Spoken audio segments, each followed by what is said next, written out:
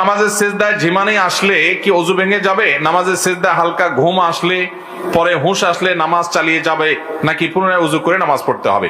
শুধু সেজদায় কেন, অনেক সময় দেখা যায় জুমার দিন বেশি হয়। জুমার দিন মানুষ দেখা যায় বসে বসে ওয়াজ শুনে, লম্বা ওয়াজ খুতবা এটা চলতে চলতে ঝিমাইতে ঝিমাইতে ঘুমাইতে ঘুমাইতে লাফ দিয়া ডানে বামে পড়ে যাওয়ার উপক্রম হয় কি হয় না? অনেকে একেবারে বড় করে পড়েও যায়। তো এরকম নামাজের মধ্যে কিংবা নামাজের বাইরে মসজিদে বসা অবস্থা যদি আপনার ঘুম আসে, তাহলে এই ঘুমের কারণে যদি আপনি পড়ে যান তাহলে ওযু ভেঙে যাবে। ধরুন আপনি বসা ছিলেন, পড়ে গেছেন, সেজদায় ছিলেন, ঘুমে আপনি একদম পড়ে গেছেন। আর যদি ঝিমাইতে ঝিমাইতে আপনি কাত হয়েছেন, এদিকে ঝুলছেন ওদিকে ডুলছেন, তাহলে এর কারণে কি হবে না? ওযু ভাঙবে। আর যদি হেলান দিয়ে কিছুর সাথে আরাম করে ঘুম দেন এবং সে হেলান দেওয়া জিনিসটা যদি সরায় ফেলায়, এমনিও তো জাগ্রত মানুষকে সরায় ফেললে পড়ে যায়, সেটা ভিন্ন কথা।